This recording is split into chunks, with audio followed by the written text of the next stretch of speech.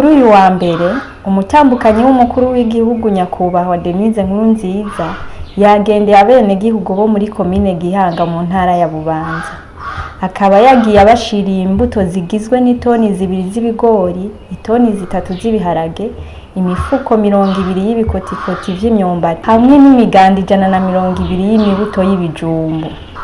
Imbere yo kwifatanya nabo mu guteragira izo mbuto, yabanje gusengera imirima ati: Data wa twese mu izina rya Yesu Kristo, turakweretse izi mbuto zitandukanye tugiye guteragira muri ino mirima.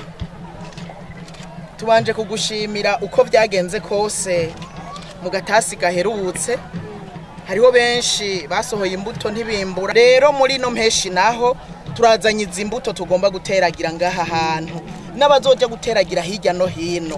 Izi mbuto rero turazihezagiye, nizashika mu ivu zize zihunda impeke nyinshi, zize zame vyinshi. Umuntu wese azotera mu murimi we azogira ikiganza ciza, kandi turagusaba ngo iyi mpeshu uzoduha imvura nziza. Iyi mvura watanguye kugwisha ntizosubira inyuma, ariko ibe nziza ku rugero rwiza, ikuranwa n'izuba kugira ngo imirimo imererwe neza. Umutambukanyi w'umukuru w'igihugu, buramatari w'intara ya Bubanza, abashinga amateka batowe muri iyo ntara hamwe n'abandi bene gihugu bateragiye umurima w'ibijumbu, umurima w'ibiharagi n'umurima w'ibigori.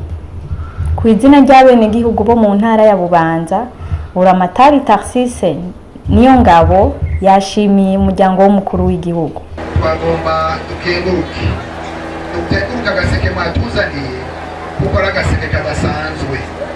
Tumaze iminsi turonka abantu batugarukira ko baza kuvura inzara abene gihugu ko batiguye, ariko muri abo bose baje nta wazanye agaseke n'agakiwanya. Mutuzaniye umugisha, mutuzaniye imbuto kugira ngo tuzogite twimbuye mu mirimo iwacu. N'iteka rero muduteye, muduhaye imigisha, muduhaye imbuto, muduhaye kazoza. Umutambukanyi w'umukuru w'igihugu yatekereye impanuro abene gihugu b'Igihanga. Naje mu izina ry'umuryango wacu yantumye, naje kugira ngo ndabaramutse, ariko kandi dusangire umubabaro wabaye kubwo umuntu yashoboye gusohora isuka ntiyimbure. Jambo ry'Imana rivuga ngo turirane n'abarira tunezeranwe n'abanezerewe. Nubwo mutariko murarira, ariko ibihe byose umuntu aciyemwo tubirasaba yuko dushigikirana kugira ngo umwereke ko muri kumwe.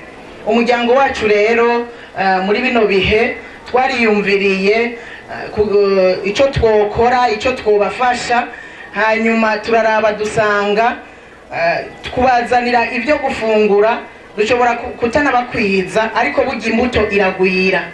Turiyumvira tuti kumwe n'imbara abashinwa babivuze bata umuntu ahuko umuhifi wo mwigisha kuyiroba, ahuko umuntu abazanira ibiharage mufungura. Turiyumvira dusanga icogira ikimazi cyane nukubazanira imbuto. Rero ni naco cyanzanye kugira ngo dusabikanye iyi mbuto y'ibiharage, imbuto y'imyumbati, imbuto y'ibigori, imbuto y'ibijumbu. Ariko iyi mbuto turasabye ngo muzoje kuyiteragira. Burya usohoye isuka ni igikorwa cyo kwizera, urasohora imbuto ugateragira, ariko umwanya wo kurindira wose uba wizeye yuko hari icyo Imana izokora kugira uronke umwimbo mwiza ushobore kuzobaho neza. Rero twarazisengeye, naco gituma twagize umwimbo mwiza. Nico gituma n'ubu imbere yo guteragira twabanje kugira wa mugenzo mwiza wo gusengera izi mbuto kugira ngo Imana izozikuze, izihe imvura ikwiriye, hanyuma tuze turonke umwimbo mwiza. Rero ndabaremesheje iyi mpeshi tuzokwimbura,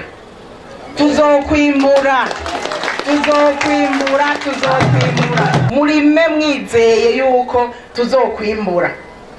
Rero ibi bihe byashitse hakabura imvura muri kino kiyaya Cimbo, burya kabaye agahombo ku gihugu cyose, kabaye agahombo kuri twese. Nk'uko Bubanza tuyizi nk'ikigega mu gihugu, iratugaburira ahantu henshi, iratugaburira. Ibi mwimbura usanga byakwiye intara zose. kabaye agahombo. Nico gituma tutari kureka kubabarana namwe kuko byaratugezeko. Kabaye agahombo, ivyo twahora turonka nitwabironse. Kabaye agahombo, ubanzi buze nta utamenya yuko habuze ivyimburwa. Rero nico gituma twifatanije namwe. Ndashimiye abene gihugu bo mu ntara zitandukanye uyu mutima Imana yabashizemwo wo gusabikanya. Turamaze imyaka itari mike, murazi hari igihe Kirundo yagira inzara, Bubanza yarabashiriye. Mu bisanzwe muriko murasubirizwa mu ndumana. Hari igihe n'ayandi makomine yagize inzara murabashira nukubasubiriza mu nkoko. Tuza turahanahana. Uyu mutima niwo ukwiye gukomezwa mu gihugu cyacu cy'u Burundi. Umutima w'urukundo, umutima wo gusabikanya ibyo dufise, tutarindiriye abazungu ngo baratuzanira. Uyu mutima rero w'abarundi bafise wo gufashanya, wo gusabikanya, ndasaba ngo ukomezwe hose mu ntara zose. Twumvise abagize ibibazo dushigikirane. Ndanabahanura bene gihugu bibubanza, haraho naciye kuruzi hariya mpora ndaraba impande y'uruzi ndabona uturengarenga duke nitwo twari tuhari. Ndibaza ni nkaho iruhande y'uruzi ko hari hegereye, abahegereye iyo bahashira utuboga, iyo bahatera ibigori bakavomera. Nibaza yuko ibi byashitse ari cigwa kuri mwebwe abanyabubanza, ariko nini cigwa ku barundi bose. Turafise inzuzi zitandukanye twaragira ubu n'amazi turayafise. Hari ibindi bihugu badafise amazi na makeya, ariko twe turafise inzuzi nini, turafise inzuzi zito.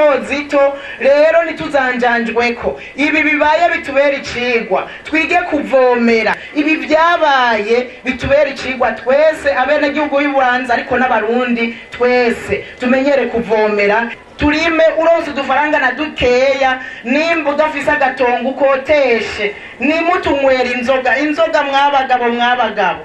Mudutabare mudukoteshereze, mureke kuyamarira mu nzoga. Abakenyezi ndabasabiye nimudukoteshereze imirima. Rero nagomba gusaba iyi mbuto rero aho muzoyitera mukimbura, muze mwibuka abandi. Umuntu abonye natwe twabibutse kubera twimbuye, twabibutse kubera twaronse. Namwe nimwaronka muze mwibuka abandi.